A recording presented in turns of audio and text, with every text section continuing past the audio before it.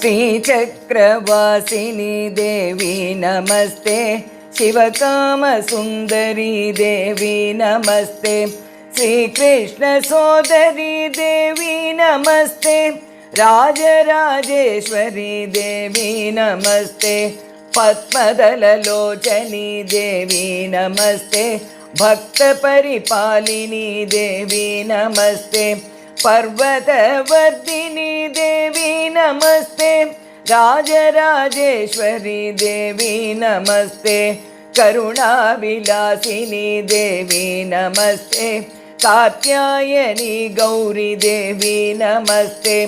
कदम्बवनवासिनी देवी नमस्ते, राजराजेश्वरी देवी नमस्ते, शक्ति परमेश्वरी देवी नमस्ते, शम्भुमनमोहिनी देवी नमस्ते।